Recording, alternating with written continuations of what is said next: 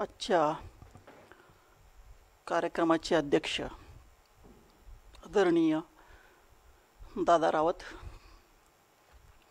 आजच्या कार्यक्रमाचे सत्कारमूर्ती अक्षय जोग, त्यानंतर आपले महेशजी पोहरनेरकर, तसेच डॉक्टर गोडबोले सर आणि जमलेल्या सर्व श्रोतेवृंद, प्रथम या ग्रंथाचं प्रकाशन झालं असं मी घोषित करतो. आता मुळात प्रश्न असा आहे की असा ग्रंथ लिहिण्याची गरज का निर्माण झाली, या आरोपांची सुरुवात केव्हा झाली. साधारणपणे आपल्याला असं दिसतं की सावरकरांच्या हयातीत अपवादाने कोणीतरी असा आरोप केलेला आहे की तुम्ही याचिका करून माफी मागून परत आलात वगैरे वगैरे असं. पण मला वाटतं तो अपवाद आहे. सावरकरांच्या लेखातच एक ठिकाणी उल्लेख आलेला आहे. पण सरासरी ज्याला आपण इतिहासकार वगैरे म्हणतो, हे जुने सगळे इतिहासकार आर.सी. मुजुमदारपासून अगदी यदी फडक्यांपर्यंत, कोणत्याही इतिहासकारांनी, मग ते मराठी असोत अमराठी असोत, त्यांनी असा आरोप केलेला नाही. परंतु झालं काय, मला वाटतं साधारण 2000 नंतर वातावरण हळूहळू बदलत गेलं. त्याची कारणं अर्थात काही प्रमाणात राजकीय असावीत असं दिसतंय. याचं कारण असं की तुम्ही बघा की साधारणपणे अटल बिहारी वाजपेयींचं सरकार आलं, तिथून पुढं सावरकरांना एक वेगळ्या प्रकारे महत्त्व यायला लागलं. आणि सावरकर हे आयकॉन होते हिंदुत्ववादी चळवळींचे. कदाचित त्याच्यामुळं तसं झालं असावं अशी शंका मला आहे. कारण तेव्हापासून मी वाचतोय, साधारण 2000च्या नंतर साधारण बिपिनचंद्रांनी कधी आरोप केला, कधी अमक्या इतिहासकारांनी आरोप केला, तमक्या इतिहासकारांनी आरोप केला, आणि तेव्हापासून आत्तापर्यंत विशेषतः डाव्या इतिहासकारांनी एक मोठी आघाडी उघडलेली आहे असं दिसते. ठीक आहे. तर या सर्व पार्श्वभूमीवर अक्षयजींनी जे पुस्तक लिहिलं त्याची अतिशय गरज होती आणि मी अभिनंदन करतो की त्यांनी अशा प्रकारचं पुस्तक लिहिलं. दुसरी गोष्ट, याची मला वाटतं इंग्रजी आवृत्ती पण येणार आहे, बरोबर ना? हां, त्याच्याविषयी जरा 2 वाक्य बोलायला पाहिजेत. तुमचं इंग्रजी चांगलं आहे. माझं म्हणणं आहे की इथून पुढे इंग्रजीच लिहा. मराठी नाही लिहिलं तरी काही फारसं बिघडणार नाही आहे. लक्षात घ्या, मराठी माणसांना सावरकर माहिती बऱ्यापैकी आहेत, वाङ्मय वाचून पण कळतं, आणि ऑलरेडी पुस्तकं भरपूर आहेत, लेख भरपूर आहेत, लिहिणाऱ्यांची कमतरता पण नाही आहे. पण इंग्रजीत सावरकर विचार समजावून सांगणारे असे फार कमी आहेत, किंवा ज्यांनी लिहिलं त्यातल्या काही जणांना मराठी येतं का नाही मला नेहमीच शंका वाटत राहिलेली आहे वेगवेगळ्या कारणांमुळे. तर मला अशी काही माणसं हवी आहेत की ज्यांचं इंग्रजी चांगलं आहे पण तरीसुद्धा त्यांना मराठी येतं, चांगलं येतं. कारण कसं आहे माहिती आहे का की नुसतं मराठी येऊन भागत नाही. सावरकरांची मराठी नावाचा एक प्रकार आहे त्याच्यासाठी तुम्हाला थोडीशी वेगळी तयारी करावी लागते. आणि मला असं वाटतं की त्या दृष्टीनं त्यांनी बघा, मी आपलं सल्ला द्यायचं काम आहे माझं, अनाहूत का असेना पण सल्ला देतो आहे आपलं. ठीक आहे. तर ते एक त्यांनी करावं अशी त्यांना विनंती आहे. तर सावरकरांची आता त्यांनी खरं ह्या पुस्तकात वगैरे सविस्तर सांगितलेलं आहे, त्याच्याविषयी फार आता तपशील सांगत बसण्यात मला हे नाही वाटत.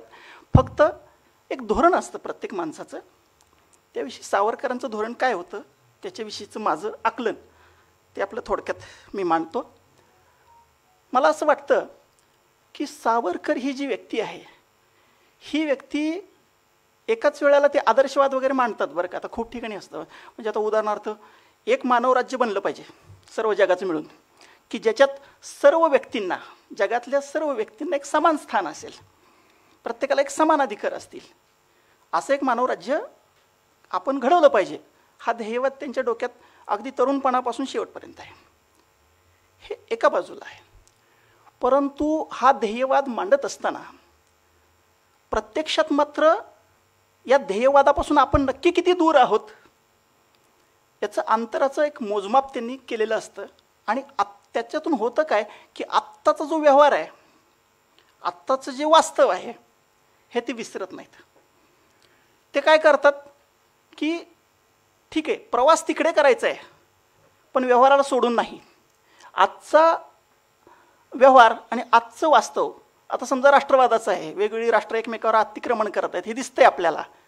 आणि ज्यावेळेला सावरकर बोलत होते त्यावेळेला तर आपण गुलामच होतो इंग्रजांचे. आत्ताच जणू काही ते ध्येय प्राप्तच झालंय अशा थाटात वागण्यात काहीच अर्थ नाही. हा एक प्रकारचा व्यवहारवाद जो होता ना हा सावरकरांमध्ये होता. आणि तुम्ही बघा, त्यांचं राजकारण बघा, त्यांचं समाजकारण बघा किंवा त्यांचे कोणतेही विचार बघा, त्याच्यात एक सातत्याने एक व्यवहारवाद ते सांगत राहिलेत. कित्येकदा त्यांचे अनुयायी त्यामुळे दुखावत पण राहिलेले आहेत. कारण सावरकर एक खणखणीत व्यवहारवाद सांगत असत. म्हणजे तो उदाहरणार्थ सांगतो तुम्हाला. आता काही गोष्टी आपल्याला हे विचित्र वाटतील की आता हे क्षमापत्र वगैरे वगैरे सांगतात लोक की याचिका केल्या वगैरे, हे ठीक आहे पण दुसरी पण बाजू सांगायला पाहिजे ना. आता उदाहरणार्थ ज्यावेळेला सावरकरांना पकडलं गेलं आणि तिकडून आणलं गेलं भारतात बोटीतून वगैरे,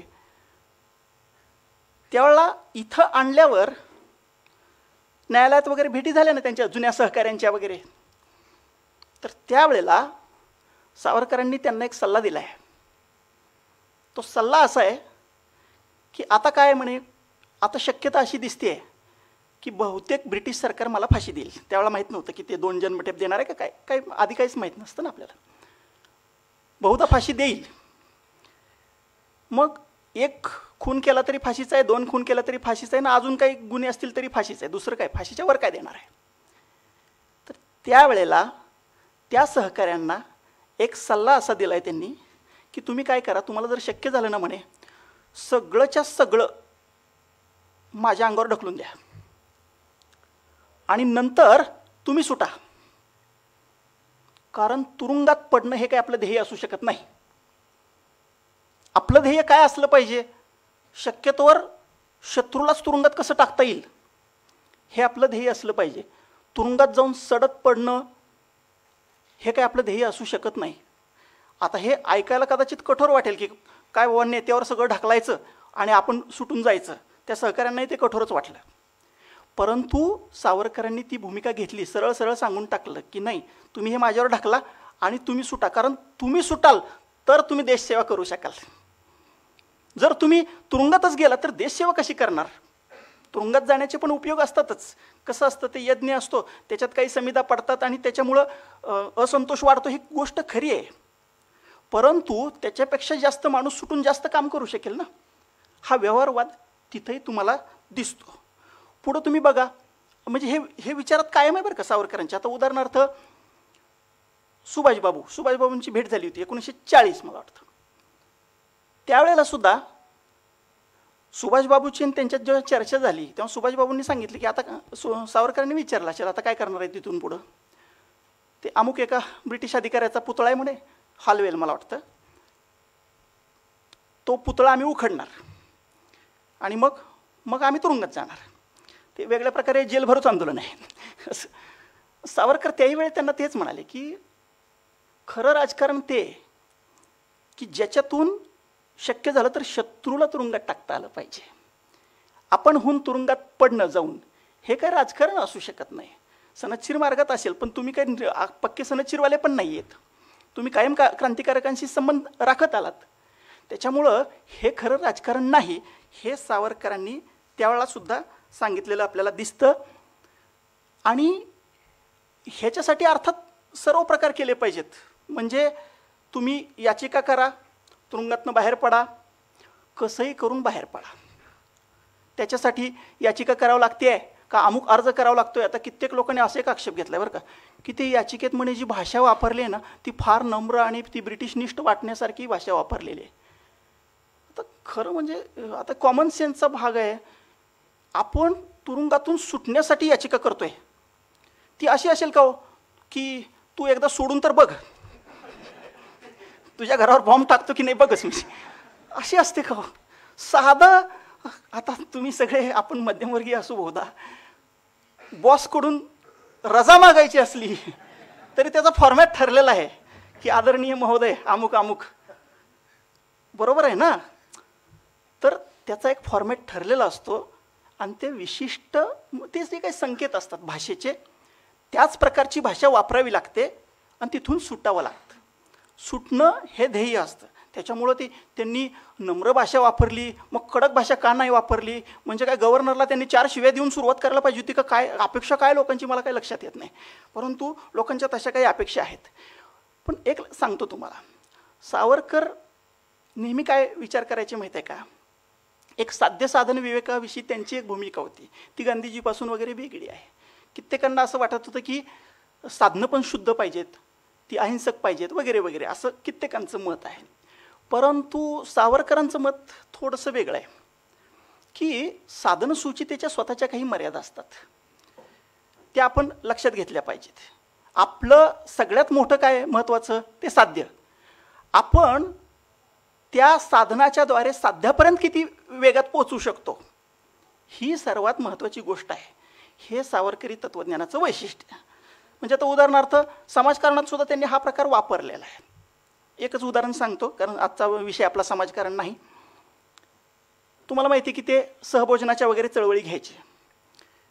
1924, 30, 35 या काळापर्यंत सहभोजन ही गंभीर गोष्ट होती. कित्येक ठिकाणी लोकांवर अक्षरशः बहिष्कार पडायचा, वाळीत टाकले जायचे लोक, का तर तू सहभोजनात जेवलास, दुसऱ्या जातीच्या माणसाबरोबर जेवलास, एवढ्या कारणासाठी वाळीत टाकलं जायचं. आणि वाळीत टाकणे हा प्रकार आत्ता आपल्याला कल्पना येणार नाही, फार भयंकर होता.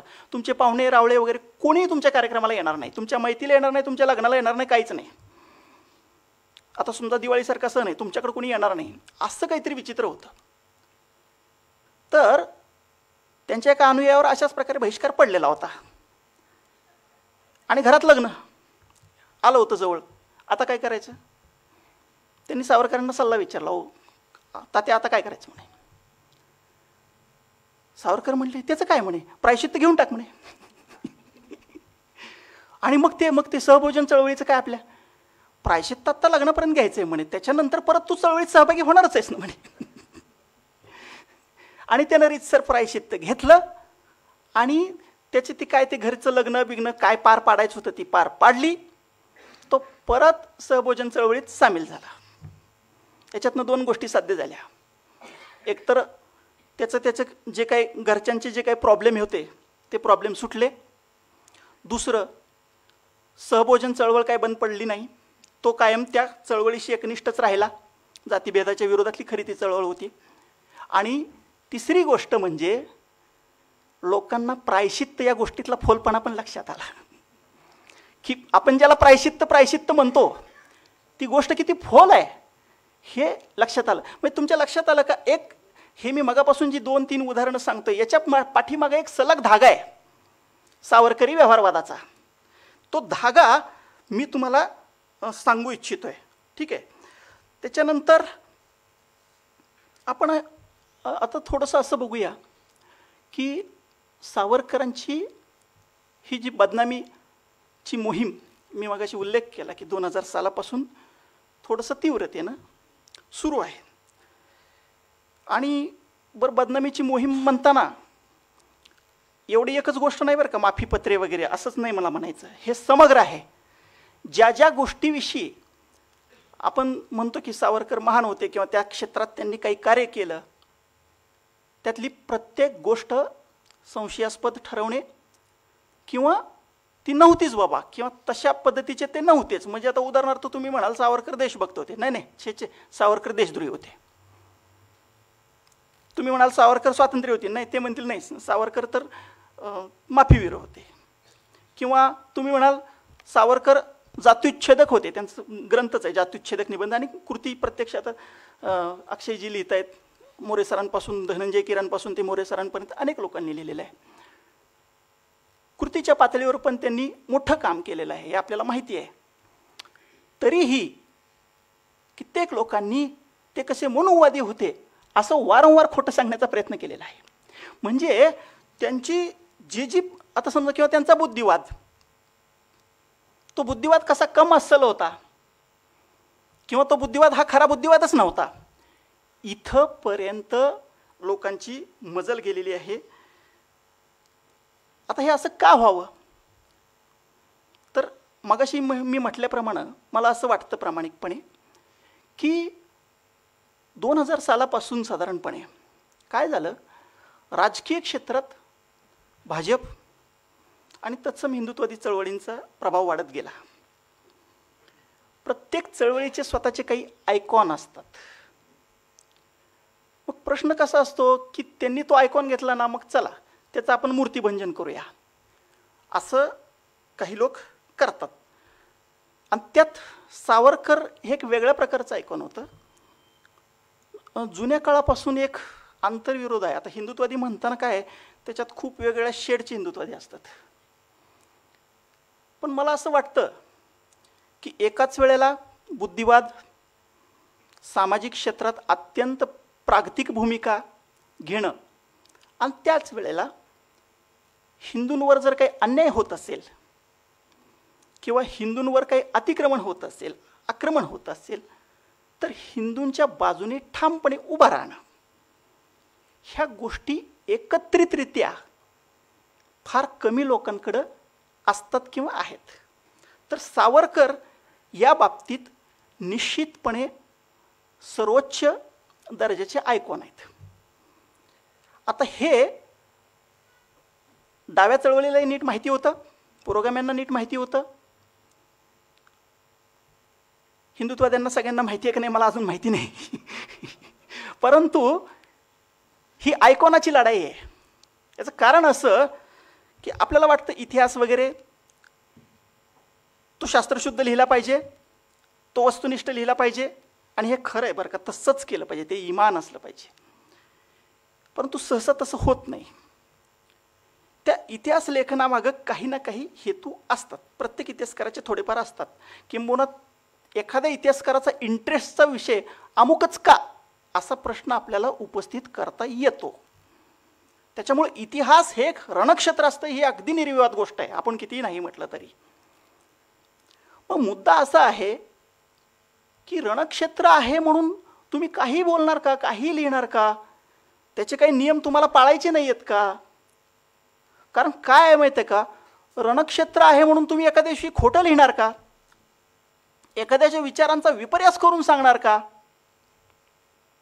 सावरकरांच्या बाबतीत हे सगळं झालेलं आहे. सावरकरांचे नसलेले विचार सावरकरांच्या नावावर अगदी त्यांच्या कोटेशनची मोडतोड करून लोकांनी मांडलेले आहेत. प्राध्यापक शेषराव मोरे यांनी 2 ग्रंथ लिहिलेत. विशेषतः त्याच्या पहिल्या आवृत्त्या बघा, कारण त्याच्यात ती खंडन मंडन सविस्तर आलेत. काय झालं तर ते नंतरच्या आवृत्त्या आहेत ना, संक्षिप्त आहेत. म्हणजे त्यात समाजकारण राजकारण येतं, पण सावरकरांचीच भूमिका येते. कोणी कोणी कशा लाबाड्या केल्या हे त्याच्यात नाही आहे. पण ज्यांना अभ्यास करायचा आहे त्याच्यासाठी मी असा सल्ला देईन की मोरे सरांची जी 2 पुस्तकं आहेत त्याच्या पहिल्या आवृत्त्या बघा, प्रारंभिक आवृत्त्या बघा. कारण काय होतंय त्याच्यात तुम्हाला कळेल की कितीतरी अभ्यासकांनी, म्हणजे वैचारिक विपर्यास तर तशी छोटीच गोष्ट आहे, इंटरप्रिटेशनच्या लेवलला थोडाफार आपल्याला वाव असतो, मतभिन्नतेला वाव असतोच, पण त्याच्या पलीकडे जाऊन एखाद्याच्या कोटेशनची मोडतोड करणं, ज्यांनी ते एखाद्याने न म्हटलेली गोष्ट त्याच्या तोंडी घालणं, किंवा एखाद्याचं कोटेशन अर्धवट सादर करणं, धडधडीत खोटी माहिती देणं. कपूर आयोगासमोर दामले कासार यांच्या साक्षी झाल्या होत्या. असं जवळजवळ मला वाटतं 5 ते 6 इतिहासकारांनी लिहिलेलं आहे. योगायोगानं किंवा कशाही माहीत नाही, पण ते डावे आहेत, लिहिलेलं आहे असं. आता ही धडधडीत खोटी गोष्ट आहे. माझं तर याच्या पलीकडे जाऊन म्हणणं सांगतो तुम्हाला, ही खोटी गोष्ट बोलणारे तर दोषी आहेतच, पण जे बाकीचे इतिहासकार आहेत, सामान्य माणसाचं जाऊ दे, आता तो कपूर आयोग कधी वाचणार, तो 600-600 पानं वगैरे. परंतु तुम्हाला जर माहिती आहे आणि तो तुमचा अभ्यासाचा विषय आहे आणि तुम्ही त्या क्षेत्रात लेखन करत आहात आणि तुम्ही गप्प बसलात, ते पण दोषी आहेत, ते पण दोषी आहेत. कारण कसं आहे माहिती आहे का, तुम्हाला जर सत्य माहिती आहे आणि ते जर तुमचं क्षेत्र असेल अभ्यासाचं, लेखनाचं, आणि तुम्ही त्या क्षेत्रातली लोकांनी दडवलेली माहिती नाही दिली, किंवा लोकांनी समजा असत्य सांगितलं आणि त्याला तुम्ही समजा असत्याला असत्य नाही म्हटलं, तर मला असं वाटतं की ते इतिहासकारसुद्धा दोषी आहेत. कारण हे सगळे प्रकार झालेले आहेत. वैचारिक विपर्यासापासून ते तपशिलांच्या विपर्यासापर्यंत कितीतरी गोष्टी सावरकरांच्या बाबतीत झालेल्या आहेत.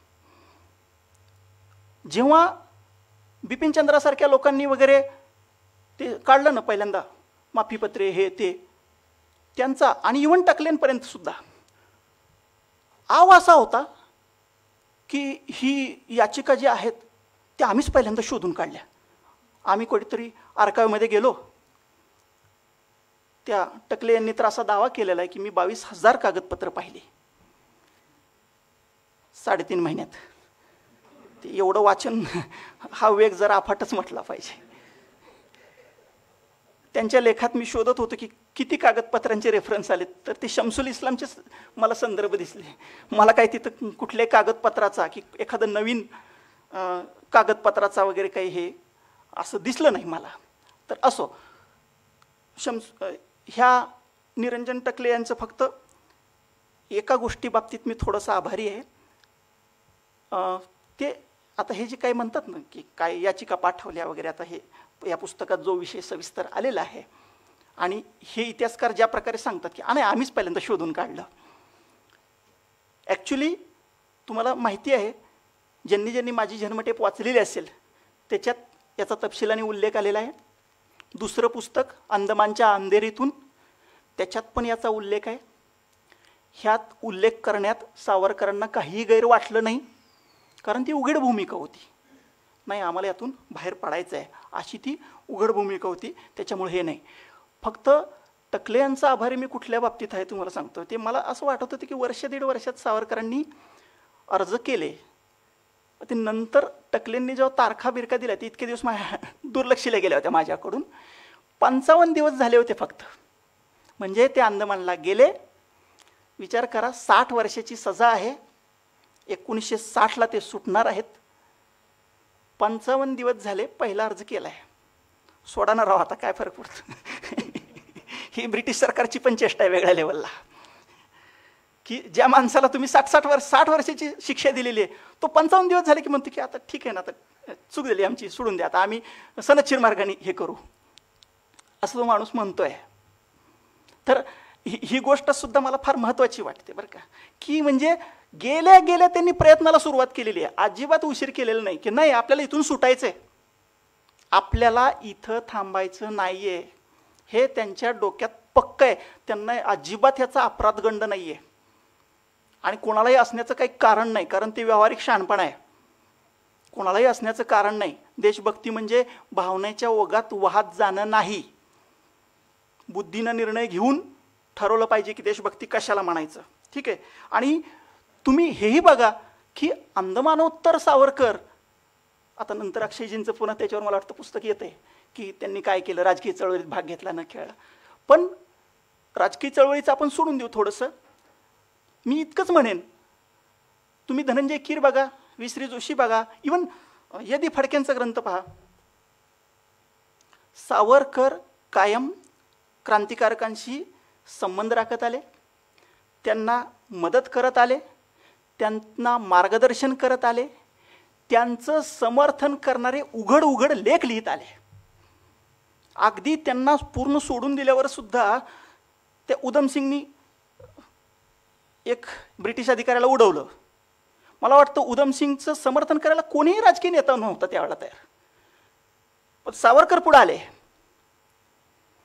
उधमसिंगचं समर्थन करायला. म्हणजे ही जी काही भूमिका आहे, तुम्ही बघा क्रांतिकारकांवर त्यांचे कितीतरी लेख आहेत. म्हणजे क्रांतिकारकांना मदत करणं, त्यांना मार्गदर्शन करणं, त्यांचं समर्थन करणं, त्यांच्याविषयी लेखन करणं, ही भूमिका सलग चालत आलेली आहे. ती रत्नागिरी काळात होती, ती नंतरच्याही काळात होती. ती भूमिका सावरकरांनी कधीही बदलली नाही. ह्या सगळ्यांचा खरं म्हणजे विचार करून त्या याचिकांकडे तुम्ही पाहिलं पाहिजे. सावरकरांची भूमिका बदललेली आहे का, ह्या सर्वांचा विचार करून तुम्ही त्या याचिकांकडे पाहिलं पाहिजे. असं अलीकडच्या काळात तरी डाव्या इतिहासकारांनी नाही पाहिलं, किंवा मला असं शंकाच येते की ते धडधडीत खोटंच बोलायचं. त्यांना ठरलेलंच आहे की सावरकरांचं आपल्याला मूर्तिभंजन करायचं आहे म्हणून ते बोलत असावेत. पण पूर्वी असं नव्हतं. तुम्ही बघा, त्या काळापर्यंत इतर विचारधारेचे इतिहासकारसुद्धा सावरकरांविषयी फार चांगल्या भावनेने लिहायचे. कुणीही हा मुद्दा उकरून काढत नव्हतं. त्यांचा मतभेद एकच असायचा की सावरकरांचं हिंदुत्व आम्हाला आवडत नाही, हा मतभेद असायचा. आणि हे पहिल्यापासून आहे, एस एम जोशींच्या काळापासून आहे.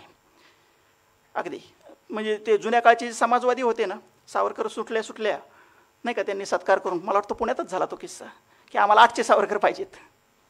ही भूमिका तेव्हापासून होती की सावरकरांचं बाकीचं सर्व मान्य आहे आम्हाला, हिंदुत्वाद मान्य नाही, हिंदू मुस्लिम प्रश्नाविषयीची त्यांची भूमिका मान्य नाही. हे एक वेळ ठीक होतं, हे प्रामाणिक मतभेदाचा भाग आहे. परंतु एक धडधडीत खोटं बोलणं किंवा एखाद्या गोष्टीचा जाणीवपूर्वक चुकीचा अर्थ लावून सांगणं, हे मात्र निश्चितपणे वाईट आहे. फक्त मी एकाच इतिहासकाराचं उदाहरण घेईन. आपल्याला माहिती आहे येदी फडके हे सावरकरवादी नव्हते, किंबहुना वैचारिक क्षेत्रात ते स्पष्टपणे सावरकरांचे विरोधक होते. त्यांनी त्यांच्या शोध सावरकरांचा या ग्रंथात ह्या याचिकांविषयी काय म्हटलं आहे तेवढं मी फक्त वाचून दाखवतो. आपण आधी नाशिकमध्ये व नंतर लंडनमध्ये केलेल्या सशस्त्र क्रांतीच्या प्रयत्नाबद्दल कारावासात तात्यांनी फेरविचार केला आणि त्यामुळे सरकारकडे त्यांनी क्षमायाचना वजा पत्रे पाठवली असा काहींचा समज झालेला दिसतो. 1958 साली मुंबई सरकारने भारतीय स्वातंत्र्य इतिहासाच्या साधनांचा दुसरा खंड प्रसिद्ध केला. त्यात तात्यांनी 30 मार्च 1920 रोजी अंदमान निकोबार बेटांच्या मुख्य आयुक्तांना पाठवलेला अर्ज प्रसिद्ध केलेला आहे. या अर्जात निष्ठापूर्वक सरकारशी सहकार्य करण्याची भाषा त्यांनी वापरली आहे हे खरे, पण ती भाषा शब्दशः खरी धरता कामा नये.